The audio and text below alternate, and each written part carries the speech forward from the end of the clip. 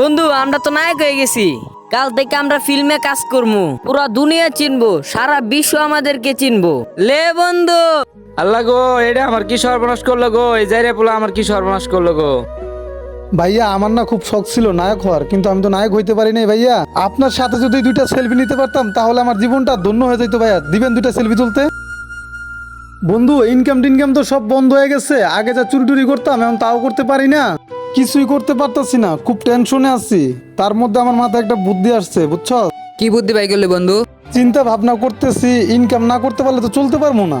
আমগো তো অন্য কোনো ইনকাম নাই, একমাত্র ধান্দা ছাড়া। পড়ায় পড়ায় মাঠের মধ্যে দেখি পোলাবানে টিকটক ভিডিও করে। ওই টিকটক ভিডিও নিয়ে ধান্দা করতে হইব। আমি যাই কমু তোরে, তুই খালি আমার সাথে সাথে হ হ করবি, ঠিক আছে? চল আমার সাথে।